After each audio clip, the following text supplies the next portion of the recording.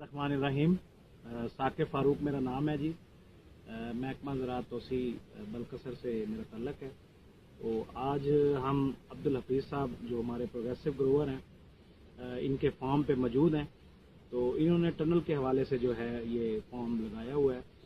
تو ان سے آج ہم پوچھتے ہیں کہ انہوں نے سٹارٹ سے لے کر یہاں تک کا سفر جو ہے وہ کیسے طے کیا۔ ٹھیک ہے جی۔ بسم اللہ الرحمن الرحیم۔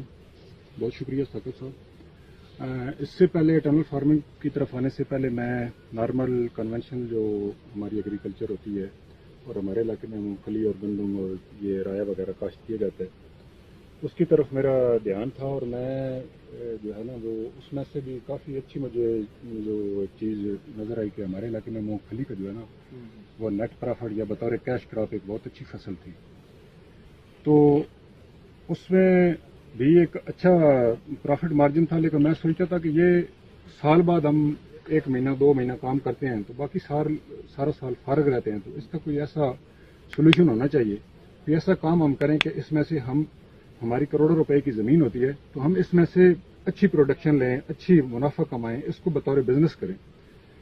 تو اس کے بعد میں مختلف آئیڈیاز سوچتا رہا، پھر خصوصی طور پہ جو مقامی محکمہ زراعت ہے ان سے میرا چونکہ رابطہ تھا اس وقت سے، تو میں نے ان سے رابطہ کیا تو مجھے انہوں نے مشورہ دیا کہ آپ ٹنل فارمنگ کی طرف آئیں، سبزیوں کی طرف آئیں۔ تو میں نے کہا ہمارے پاس تو پانی کی بہت قلت ہے، زیر زمین پانی بہت کم ہے۔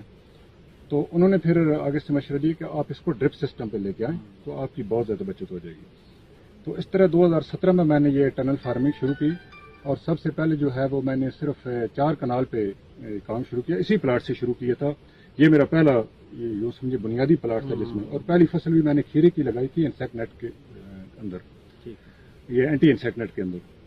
تو کافی مجھے پریشانیاں بھی اس میں آئیں، کافی لمبے چوڑے۔ پھر میں اس میں سے یہ ہے کہ میں نے ہمت نہیں آ رہی، میں سیکھتا رہا۔ جو مقامی آپ جیسے دوست مہربان تھے محکمہ زراعت میں، ان سے بھی، دوسرے فارمر سے بھی آپس میں ہم جو ہے وہ اس کے اوپر صلاح مشورہ کرتے، بحث مباحثہ کرتے۔ تو پھر الحمدللہ اب میں یوں سمجھیں کہ تقریباً جو پہلے ہماری بہت اچھی پروڈکشن لے کے نا ہم کنونشنل میں تقریباً ہماری پروڈکشن ہوتی تھی زیادہ سے زیادہ 20 سے 25 ہزار روپیہ پر 4 کنال۔ ٹھیک ہے۔ تو اب ہم جو میں پوزیشن میں ہوں کہ اس سال پورا سال سے تقریباً 1 لاکھ روپیہ پر کنال کے حساب سے آمدن آتی ہے۔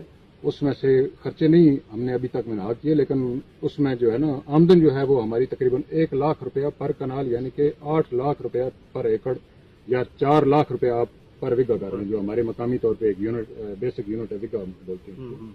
تو یہ ہے جی اس کے پیچھے پوری کہانی۔ بہت شکریہ جی حفیظ صاحب، آج آپ کے بہت مشکور ہیں کہ آپ نے اپنا ٹائم دیا۔